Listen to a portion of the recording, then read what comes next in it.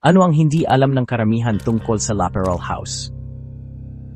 Hindi lang ito luma, baka buhay ito. Hayaan mong sabihin ko sa iyo kung bakit.